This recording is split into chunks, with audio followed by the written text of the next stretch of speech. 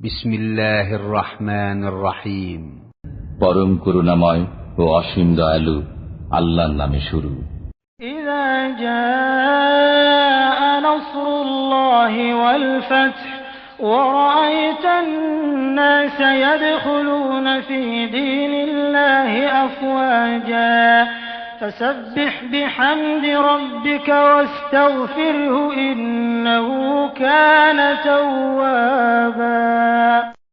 যখন আসবে আল্লাহর সাহায্য ও বিজয় এবং আপনি মানুষকে দলে দলে আল্লাহর দ্বীনে প্রবেশ করতে দেখবেন, তখন আপনি আপনার পালনকর্তার পবিত্রতা বর্ণনা করুন এবং তাঁর কাছে ক্ষমা প্রার্থনা করুন। নিশ্চয়ই তিনি ক্ষমাকারী।